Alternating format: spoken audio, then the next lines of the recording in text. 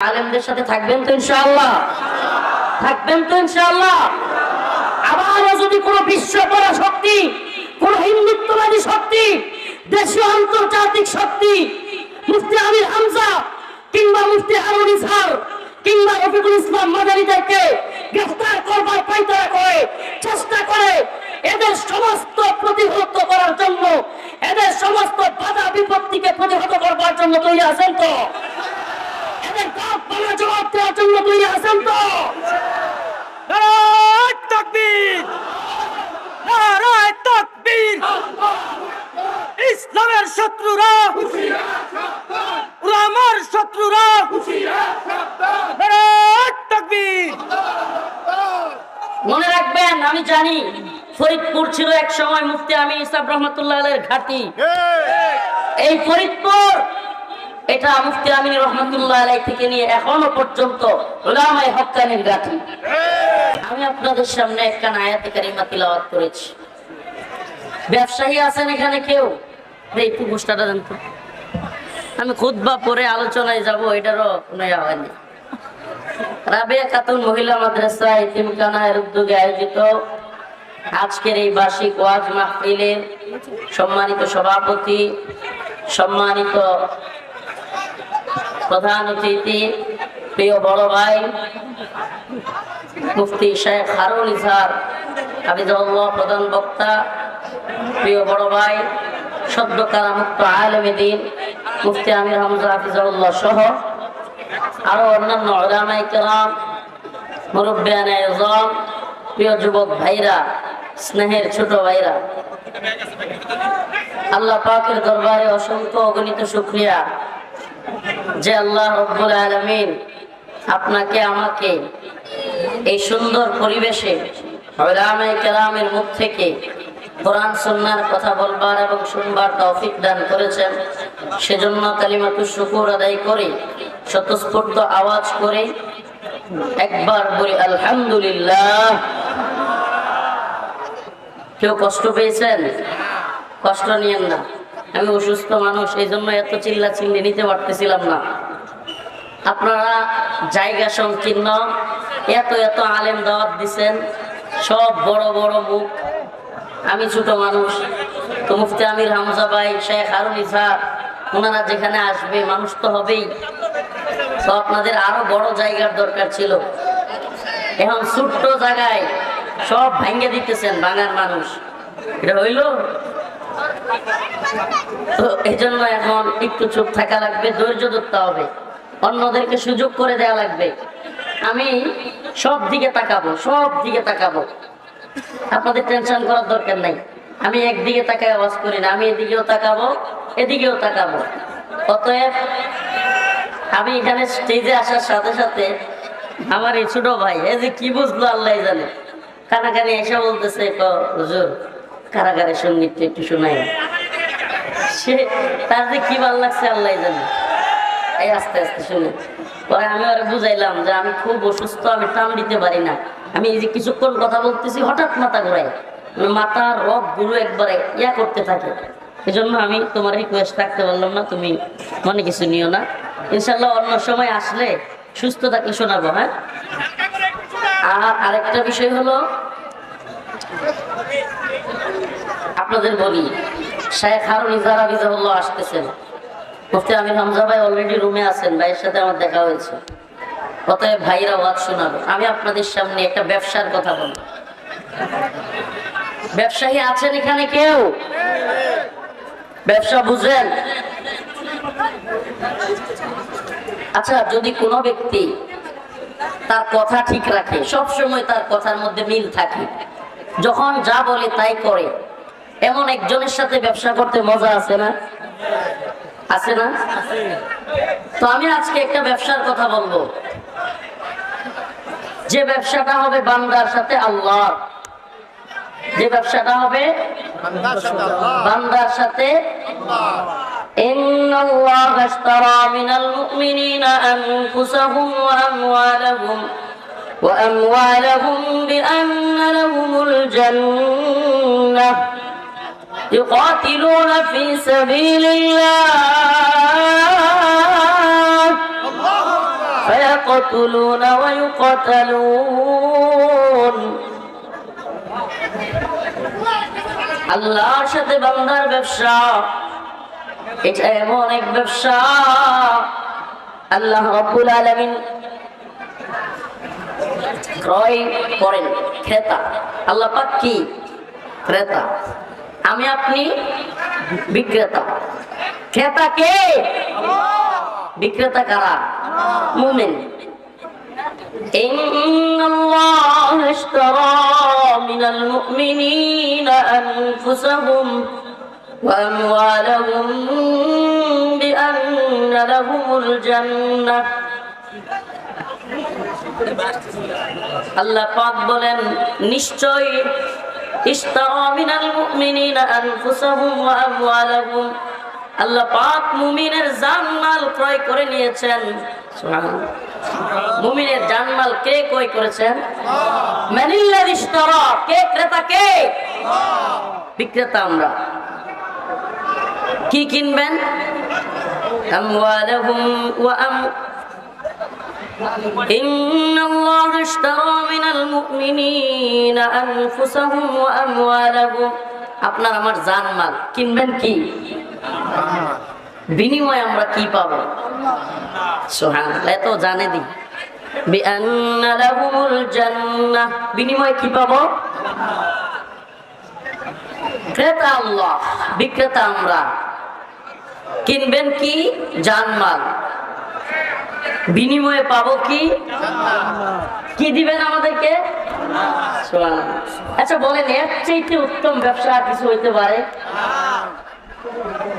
ক্রেতা আল্লাহ, বিক্রেতা আমরা। জান্নাত বিক্রি করব, বিনিময়ে পাবো জান্নাত। সুবহানাল্লাহি ওয়া বিহামদিহি। এর চাইতে তো আর কোন ব্যবসা লাভজনক হইতে পারে? আর যিনি ক্রেতা তিনি কি কাউকে ঠকান? আল্লাহ কাউকে ঠকান? তাইলে ওই ক্রেতার কাছে যদি আমার আপনার জানমাল বিক্রি করে দেই, তবে আমার আপনার জানমাল নিয়ে আর কোনো পেরেশানি আছে?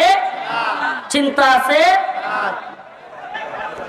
মুমিন আল্লাহর রাস্তায় জানমাল দিয়ে দিবে, এটা আল্লাহর সাথে ওয়াদা হয়ে আছে, ব্যবসা হয়ে আছে, বিনিময়ে পাবে জান্নাত।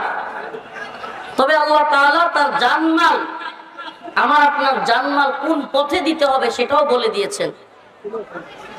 ফায়াকতুলুনা ওয়া ইকতালুন, কোরআন সুন্নাহ অনুযায়ী দাওয়াত এবং জিহাদের পথেই আমরা আমাদের জানমাল ব্যয় করব, তাহলে আমরা জান্নাত পাবো। ইন্নাল্লাযীনা আমানু ওয়া আমিলুস সালিহাত কানাত লাহুম জান্নাতুল ফিরদাউসি নুজুলা, যারা ঈমান এনেছে এবং আমলে সালেহ করেছে তাদের জন্য আল্লাহ পাক জান্নাতুল ফিরদাউস, মেহমানদারির জন্য জান্নাতুল ফিরদাউস রেখেছেন। সুবহানাল্লাহ। তাহলে ঈমান আনা নাকি আমল করা এবং আল্লাহর কাছে জানমালকে বিক্রয় করা, এটা মুমিনের কাজ, তাই তো? মুমিনের কাজ কি? আল্লাহর জন্য জানমাল সঁপে দেওয়া। দুনিয়াদারের জন্য, দুনিয়ার কোন নেতা নেত্রীর জন্য, কোন শায়েখের জন্য, কোন পীরের জন্য? কার জন্য? আমার আপনার জানমাল কার জন্য? আল্লাহর জন্য। যারা জানমাল সঁপে দেয় তারা একমাত্র কাকেই ভয় করবে? এই ব্যবসা করতে রাজি আছেন তো? এই ব্যবসা করতে রাজি থাকলে পৃথিবীর কোন গায়রুল্লাহকে ভয় করা চলবে না। একমাত্র ভয় থাকবে কার? আল্লাহ পাককে ভয় করতে হবে আমাদেরকে। ভাই, আল্লাহর কথার সাথে বান্দার কথার যদি একটা পার্থক্য লেগে যায়, কার কথা মানবো? আমি কথা বুঝাইতে পারতেছি না। ঈমানের দাবি এটা যে আল্লাহর কথার সাথে বান্দার কথার কি লাগছে? পার্থক্য হয়ে গেছে। বান্দা একটা বলে, নেতা নেত্রী, শায়েখ, পীর, এমনকি বাবা মাও ভিন্ন কোনো কথা বললে কাটা মানতে হবে। হুজুর নামাজ কয়টাই বলবেন? আমি অসুস্থ তো একটু জানাই দিলে ভালো হয়। নামাজ কয়টাই বলবেন? ও আমি চাললে আছেন, ঠিক আছে, জাযাকাল্লাহ। তো আল্লাহ পাক তার জন্য কাজ করার ব্যাপারে বলেছেন, তার জন্য জানমাল সঁপে দেওয়ার জন্য বলেছেন। মুমিনের জানমাল হবে আল্লাহর জন্য, কুরবানি হবে আল্লাহর জন্য, নামাজ হবে আল্লাহর জন্য, সবকিছু হবে কার জন্য? কুল ইন্না সালাতি ওয়া নুসুকি ওয়া মাহইয়ায়া ওয়া মামাতি লিল্লাহি রাব্বিল আলামিন। মুমিনের নামাজ এই যে টান দিলেই মাথা ব্যথা। মুমিনের নামাজ, মুমিনের কুরবানি, মুমিনের হায়াত, মুমিনের মৃত্যু কার জন্য? বলেন না কার জন্য? এই যে আমরা জেল খেটেছি দুনিয়ার কোন অপরাধে নাকি আল্লাহর জন্য? দ্বীনের জন্য। এখনো যে সমস্ত মাজলুম আলেমগণ রয়েছেন তারাও জেল খাটতেছেন কি আল্লাহর জন্য নাকি নিজের জন্য? আল্লাহ পাক এই সমস্ত মাজলুম আলেমদেরকে মুক্তি দান করুক। আরো জোরে বলেন আমিন। আল্লাহ শেখুল হাদিস আল্লামা মামুনুল হককে মুক্তি দেন, মুফতি মাহমুদ হাসান গনবী ভাইকে মুক্তি দেন, শায়েখ জসিমউদ্দিন রহমানীকে মুক্তি দেন। আল্লাহ পাক সকলের মুক্তির ব্যবস্থা করে দিক। যারা আল্লাহর জন্য কাজ করে, দ্বীনের জন্য কাজ করে, দ্বীনের জান্নাহ নিয়ে কাজ করে, পৃথিবীর কোন জালেম তাগুতের সামনে তারা মাথা নত করতে জানে না। তাহলে কাজ করব কার জন্য? ঈমানের দাবিও এটা। ঈমানকে খাঁটি করেন, আখলিস দীনাকা ইয়াকফিকাল আমালুল কলিল। আপনার ঈমানকে, আমার ঈমানকে আসুন খাঁটি করি। আখলিস, তুমি খাঁটি করো, দীনাকা, তোমার দ্বীনকে, তোমার ঈমানকে। ইয়াকফিকাল আমালুল কলিল, অল্প আমলই নাজাতের জন্য যথেষ্ট হবে। সুবহানাল্লাহ। কখন অল্প আমল নাজাতের জন্য যথেষ্ট হবে? যখন ঈমান কি হবে? খাঁটি হবে। ঈমান কি? এক কথায় ঈমানের ব্যাখ্যা দিয়ে যায় আল্লাহ পাক তার রাসূলের কাছে যা পাঠিয়েছেন তা সম্পূর্ণভাবে দলিল প্রমাণাদি সহ যা আছে সব কিছুকে কিলো কাল ব্যতীত কোনো সংশয় ছাড়া মেনে নেওয়ার নাম ঈমান। সব কথা যদি নাও বুঝে আসে বা সব কথা মনে নাও থাকে, এই কথাগুলো মনে রাখবেন। ঈমান কাকে বলে? আমরা তো মুমিন। ঈমান কাকে বলে? আল্লাহ তাআলা তার রাসূলের কাছে কোরআন সুন্নাহর দলিল প্রমাণিত বিষয়গুলো যা পাঠিয়েছেন, যেগুলো দলিল প্রমাণ দ্বারা সাব্যস্ত, এগুলো সবগুলোকে নির্দ্বিধায় সংশয় ব্যতীত সন্দেহ ছাড়া মেনে নেওয়ার নাম হলো ঈমান। আর যারা মেনে নেবে তারা কি? মুমিন। আর যারা কোরআন সুন্নাহয় সাব্যস্ত বিষয়গুলোকে অস্বীকার করবে তারা কাফির। একদম পরিষ্কার ঈমান কুফর। শেষ জামানায় ঈমান এবং কুফরের সীমারেখা, ঈমান এবং কুফরের কি বলে আপনার শিবির একবার আলাদা হয়ে যাবে, একেবারে আলাদা হয়ে যাবে। আল্লাহ পাক একবারে ক্লিয়ার করে দিবেন। ঈমানের শিবির ক্লিয়ার করে দিবেন, কুফরের শিবির ক্লিয়ার করে দিবেন। নিফাকের জায়গা থাকবে না। বিভিন্ন ইস্যুতে বিভিন্ন ইস্যু সামনে আসবে আর দেখবেন সবকিছু পরিষ্কার হয়ে যাচ্ছে। আমরা কোন পক্ষে থাকবো? ঈমানের নাকি কুফরের? ঈমানের নাকি নিফাকের? জাতির সামনে কথা বলবো একভাবে, চলবো আরেকভাবে, গোপনে গিয়ে আতাত করবো, টাকা খাবো, এটাই কি ঈমানের কথা? নাকি কথা হবে ময়দানে যেভাবে, আড়ালেও সেভাবে, সামনেও যেভাবে, পিছনেও সেভাবে, এটাই তো ঈমানের হালত। বাধা আসতে পারে, যে কোনো ধরনের বিষয় আসতে পারে, কিন্তু হালত থাকতে হবে কোনটা? ঈমান। ইন্নাল্লাযীনা ক্বালু রাব্বুনাল্লাহ সুম্মা ইসতাকামু তাতানাজ্জালু আলাইহিমুল মালাঈকা আল্লা তাখাফু ওয়া লা তাহজানু ওয়া আবশিরু বিল জান্নাহ। সুবহানাল্লাহ। আল্লাহ বলেন ইন্নাল্লাযীনা ক্বালু, যারা বলে রব্বুনাল্লাহ, আমার রব কে, সুম্মাস্তাকামু, এবং এই কথার উপর অটল অবিচল থাকে। শুধু এই কথা বলেই না, শুধু এই কথা বলার নাম ঈমান নয়, শুধু এই কথা বলার নাম ঈমান নয়। আল্লাহ পরীক্ষা করবেন, আল্লাহ পরীক্ষা করবেনই। আল্লাহ অন্য এক আয়াতে বলেন আলিফ লাম মিম আহাসিবান নাস আইয়াতরাকু আইয়াকুলু আমান্না আমান্না আমান্না। তোমরা বলবা আমান্না আমান্না, আমি ঈমান আনছি, আর আল্লাহ এই কথা বিশ্বাস করে বসে থাকবে? বহুম লা ইফতানুন, তোমাদেরকে পরীক্ষা করা হবে না? শুধু ঈমানদার বলার কারণেই তোমাকে নাজাত দেওয়া হবে না, বরং আল্লাহ বলেন ওয়ালাকাদ ফাতান্নাল্লাযীনা মিন ক্বাবলিহিম,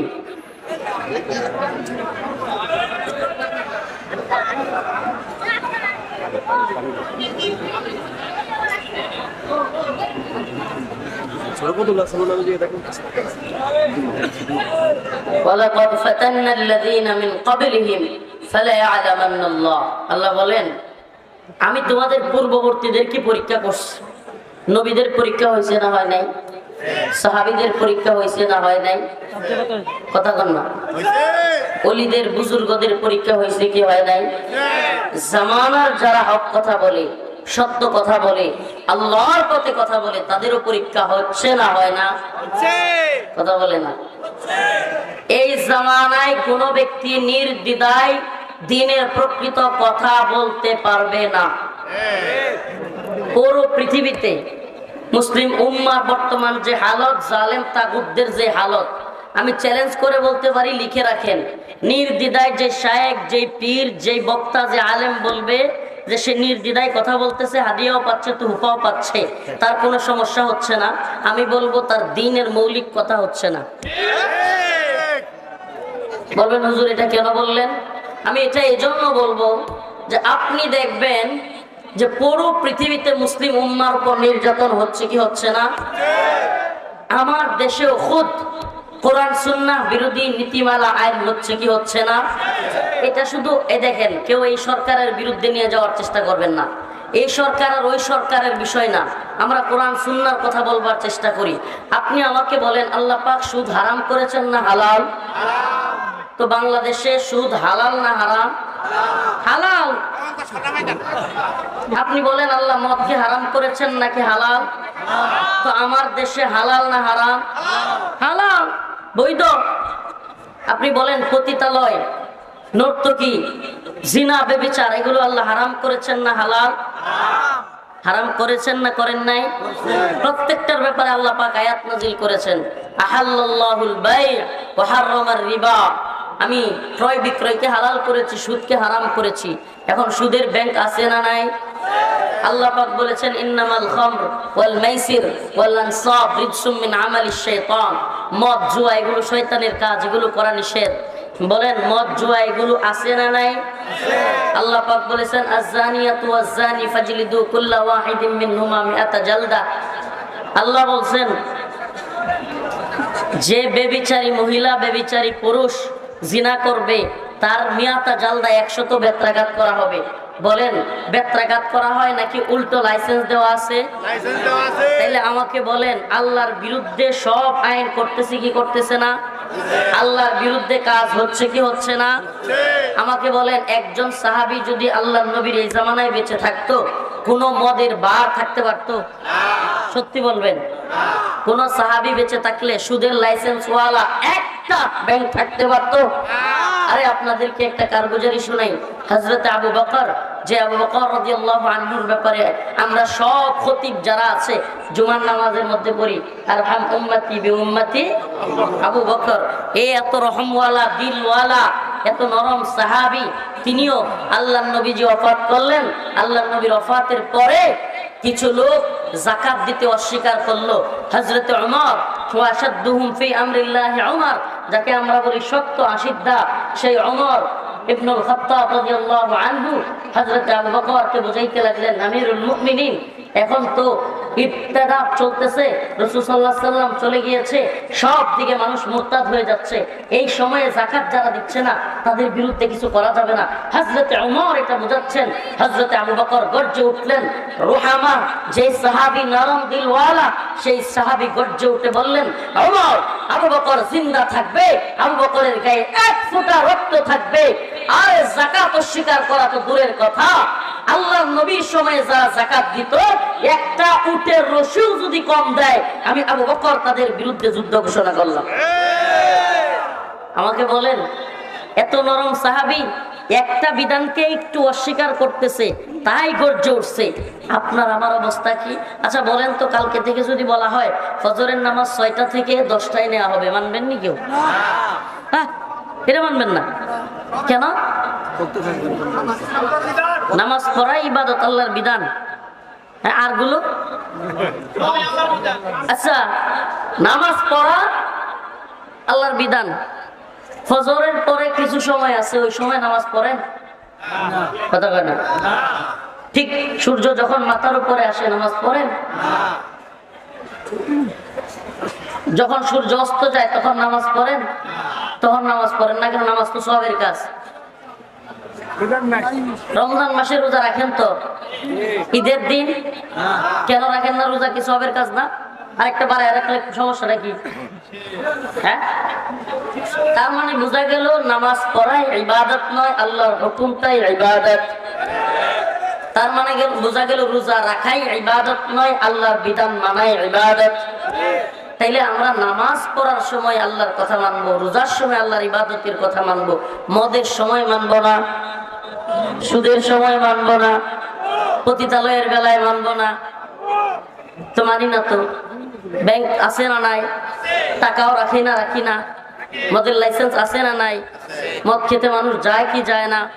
এখন আবার নতুন আইন হয়েছে, 100 লোক কোন এলাকায় মদ যদি খায় লাইসেন্সদারি, তাহলে ওই এলাকায় ইচ্ছা করলে বার খোলা যাবে। নাউজুবিল্লাহ কোন। তো এই হালত গুলো কি চলতেছে না চলে না? তো এগুলো কি কোরআন সুন্নাহ অনুযায়ী হচ্ছে না কোরআন বিরোধী? কোরআন বিরোধী কাজ করলে উলামায়ে কেরাম কথা বলবে কি বলবে না? কোরআন বিরোধী কাজ করলে কোরআনের পক্ষে আলেমরা বলবেই, এটাই আল্লাহর পক্ষ থেকে আলেমদের প্রতি আদেশ। তুমি যদি আল্লাহর পক্ষে কোরআনের কথা বলবার কারণে কোন আলেমকে রাষ্ট্রদ্রোহী বলো, আমি বলবো তুমি আল্লাহর বিরুদ্ধে গিয়া খোদাদ্রোহী হয়ে গিয়েছো। প্রিয় ভাই, বুঝবার চেষ্টা করেন। রাসূলুল্লাহ সাল্লাল্লাহু আলাইহি সাল্লাম একদিন বললেন সাহাবায়ে কেরামকে যে তোমরা তোমাদের মাজলুম ভাইদের সহযোগিতা করো, জালেমদেরকেও সহযোগিতা করো। সাহাবায়ে কেরাম বললেন, ইয়া রাসূলুল্লাহ, মাজলুমদের সহযোগিতা তো বুঝলাম, কিন্তু জালেমদের কিভাবে সহযোগিতা করব? আল্লাহ রাসূল বললেন, জালেমদেরকে জুলুম করতে দিবা না, এটাই সহযোগিতা। জালেমদেরকে জুলুম করতে দিবা, এটাই তাদের জন্য তোমাদের পক্ষ থেকে কি সহযোগিতা। তাইলে সহযোগিতা করব তো, জালিমদেরকে জুলুম করতে দিব না, জালিমদেরকে জুলুম করতে দিব না, এটাই সহযোগিতা। একটা বিচ্ছুকে এক লোক ধরতে গেছে, বিচ্ছু আগুনে পড়তেছে। বিচ্ছু চিনেন তো? কামড় দেয়। বিচ্ছুরে ধরতে গেছে, বিচ্ছু আগুনে লাফ দিতেছে, বিচ্ছু বুঝতেছে না, তো কামড় দিছে হাতে, তো বিচ্ছুরে দইরা ওই লোক আছাড় মারতেছে, যা তুই যেহেতু আগুনে যাবি, বাঁচাইতে চাইলাম বাঁচবি না, তোরা আগুনের মধ্যে মান। আরেক লোক বলতেছে, ভাই কি করতেছেন? কয়টা আগুনের মধ্যে ফেলে দিই, পরে বাঁচাইতে চাইছিলাম, হাতে কামড় মারছে। ওই লোক বললো, জ্ঞানী লোক বললো, বিচ্ছুর কাজ কামড় দেয়া, আপনার কাজ ওকে বাঁচানো।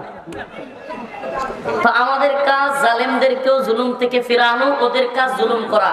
ওরা জুলুম করবে, আল্লাহর কাছে বিচার দিলাম, আল্লাহ পাক বিচার করবে। আর আমাদের কাজ তাদেরকে জুলুম থেকে বিরত রাখা, জালেমের বিরুদ্ধে তার কথাগুলো তুলে ধরা, যে আপনি জুলুম করতেছেন, এটাও একটা জিহাদ। সুবহানাল্লাহ। অতএব আমরা চেষ্টা করতেছি যেন কেউ জালিম না হয়ে যায়। আমার ভাইও জালিম হয়ে যেতে পারে, অন্য একজন ব্যক্তির উপর জুলুম করতে পারে, পীর সাহেব জালিম হয়ে যেতে পারে, যে কারো উপর জুলুম করে বসতে পারে। শায়েখ জালিম হয়ে যেতে পারে, যে কেউ জালিম হয়ে যেতে পারে। যদি কোনো ব্যক্তির উপর জুলুম করে ফেলে, আমার আপনার দায়িত্ব কি? তাকে জুলুম থেকে বিরত রাখা। আমাদের আল্লাহ পাকের পক্ষ থেকে দায়িত্বই দেওয়া হয়েছে, কুনতুম খায়রা উম্মাতিন উখরিজাত লিন-নাস তা'মুরুনা বিল মা'রুফ ওয়া তানহাউনা আনিল মুনকার। সুবহানাল্লাহ। আল্লাহ পাক বলে দিয়েছেন, তোমাদেরকে আমি খায়রা উম্মাহ, উত্তম জাতি হিসেবে পাঠাইছি, উখরিজাত লিন-নাস, মানুষের উপকারের জন্য। কিসের জন্য? এই উম্মাহকে আল্লাহ পাঠাইছেনই কি জন্য? মানুষের কল্যাণের জন্য। এবং আল্লাহ পাক বলেও দিচ্ছেন কল্যাণটা কিভাবে পৌঁছাবে। তা'মুরুনা বিল মা'রুফ ওয়া তানহাউনা আনিল মুনকার, তোমরা সৎ কাজের আদেশ করবা, অসৎ কাজের নিষেধ করবা। তার মানে কল্যাণ পৌঁছানোর সিস্টেম হলো সৎ কাজের আদেশ করা, অসৎ কাজে নিষেধ করা। কিন্তু আমাদের কালচার কি? আমাদের সমাজে একটা বাজে কালচার তৈরি হয়েছে। কোনো একটা খারাপ কাজ করতেছে, আপনি যাবেন বাধা দিতে, দুইজন এসে বলবে তোমার কি দরকার, কয় কি কয় না। এমনকি পাশের লোকেরা পর্যন্ত বলে, ভাই ভাই কিংবা বিভিন্ন জন বলে ফেলে, কয় কিরে নিজের খায়া পরের মহিষতারাস, কয় কি কয় না। কিন্তু আপনি ওই লোকগুলোকে জবাব দিবেন যে আমাকে আমার আল্লাহ দায়িত্ব দিয়েছেন সৎ কাজে আদেশ করতে, অসৎ কাজে নিষেধ। একটা ভয়ঙ্কর হাদিস বলি, জেলখানায় গিয়ে পড়েছিলাম, খুব ভয়ঙ্কর হাদিস। দেখেন আল্লাহ পাক তার রাসূল সাল্লাল্লাহু আলাইহি সাল্লাম কি বলেছেন। সুবহানাল্লাহ। রাসূল সাল্লাল্লাহু আলাইহি সাল্লাম বলেছেন, যদি কোনো এলাকায়, কোনো অঞ্চলে, কোনো রাষ্ট্রে, কোনো সমাজে সৎ কাজের আদেশ, অসৎ কাজের নিষেধ এটা বন্ধ হয়ে যায়, তাহলে ওই এলাকার নেককার বুজুর্গ যারা, দিনদার যারা, তাদের দোয়াও আল্লাহ কবুল করেন না। নাউজুবিল্লাহ। এটা ভয়ঙ্কর হাদিস। আমি মিলাইতে পারতেছিলাম না। এই যে আমি হামজা ভাই একই রুমে ছিলাম অনেকদিন, ভাই আসলে তো বলবেই, ভাই জিজ্ঞেস করেন, ভাই বলবে, হয়তো জিজ্ঞেস করার তো সুযোগ নেই, করার দরকার নেই। এমনও হয়েছে যে আলেমদেরকে বেইজ্জতি করতেছে, বেইজ্জতি করতেছে। আমরা একই রুমে ছিলাম, ভাই একদিন দুষ্টামি করে, দুষ্টামি না, বলছে লাইটটা দেন তো, লাইটটা দেন, কিংবা একটা ফ্যানের কথা বলছে। তো এক কারারক্ষী, ও ডরায় আসে না। তখন আমাদের উপরে খুব সিরিয়াস চলতেছিল কারাগারে, মানে খুব খবরদারি পাহারা, একেবারে টাইট। কারারক্ষীরা আমাদের কাছে আসতেও ভয় পাইতো এমন। তো ওরা ডাক দিছে, আমি হামজা ভাই আমার রুমে ছিল, আমার হঠাৎ করে বাইকে দেখে ঘটনাটা খেয়াল হয়ে গেল। তো ওরা ডাক দিছে, ডাক দেওয়ার পরে ও কয়, হুজুর আমাদের হাত পা বাঁধা, আমরা কিছু করতে পারবো না আপনাদের জন্য। কি কয়? আমাদের হাত পা বাঁধা। ভাই তো একটু, আপনারা যারা ছিলেন জানেন, ভাই একটু রসিক মানুষ, রসিকতা করে। তো ভাই আরেকটু পরে ডাক দিছে, হাত পা বাঁধা ভাই। ভাই ডাকের স্টাইল তো বুঝেনি, হাত পা বাঁধা ভাই। ও রাগ করে গেছে, ও রাগ করে গিয়া বিচার দিতেছে, উপরে গিয়া বলে দিস। এখন ওরা আসছে, দেখেন বুঝ কতটুকু। কেন বললাম যে এই যে আমর বিল মারুফ নাহি আনিল মুনকার না থাকার কারণে আজকে অবস্থা কত ভয়াবহ। এক দুইজনকে জুলুম করতেছে, পাশের থেকে কয়েকজন আলেমকে জুলুম করবেন, আল্লাহকে ভয় করেন, আলেমের বদদুয়াকে ভয় করেন। আমি এমনও শুনছি বলে যে হুজুর বদদুয়া টদদুয়ার ভয় পাই না। এই হালত কেন তৈরি হয়েছে? এই হালত কেন তৈরি হয়েছে? এই হালত এজন্য তৈরি হয়েছে, যে আমরা সৎ কাজের আদেশ, অসৎ কাজের নিষেধ ছেড়ে দিয়েছি। এটা হলো বাস্তবতা। আমরা কি সৎ কাজের আদেশ, অসৎ কাজের নিষেধ করবো তো ইনশাআল্লাহ? আল্লাহর জন্য জীবন দিতে প্রস্তুত থাকবো তো ইনশাআল্লাহ? আল্লাহর কাছে আমাদের ব্যবসা হয়ে গেছে। আমার আলোচনা আজকে নেই, আল্লাহর সাথে আমাদের কি হয়ে গেছে? ব্যবসা হয়ে গেছে। ব্যবসার ক্রেতা আল্লাহ, বিক্রেতা আমরা। কি বিক্রি করছি? জানমাল। জানমাল কি করছি আমরা? আল্লাহর কাছে বিক্রি করে দিচ্ছি। বিনিময়ে আমরা কি পাবো? জান্নাত। জান্নাত। যদি বিনিময়ে জান্নাত পাই, ভয় পাওয়ার কারণ আছে? দ্বীনের পথে চলতে ভয় পাওয়ার কারণ আছে? আল্লাহর পথে যারা চলে তাদের কোনো ভয় আছে? যারা আল্লাহর পথে চলে, আল্লাহর কথা বলে, আল্লাহকে ভালোবেসে সপেছে জীবন, তাদের কিসের ভয়, কে করে পরাজয়? তাদের কিসের ভয়, কে করে পরাজয়? শহীদি তামান্নাতে নাচে তার মন। যারা আল্লাহর পথে চলে, আল্লাহর কথা বলে, আল্লাহকে ভালোবেসে সপেছে জীবন। এর কিসের ভয়, কে করে পরাজয়? শহীদি তামান্নাতে নাচে তার মন। আল্লাহর পথে যারা চলে, আল্লাহর কথা বলে, তাদের ভয় আছে? আরে শাহাদাত যাদের তামান্না, যারা শাহাদাতের জন্য তৈরি থাকে, তাদের ভয় পাওয়ার কারণ আছে? জীবন মরণে তাদের কোনো ব্যর্থতা নাই, তাদের লাশ ডাস্টবিনে পড়ে থাকলেও তারা সফল। জীবন মরণে বিজয় মোরা, পরাজয় নাহি মুদের অভিধানে।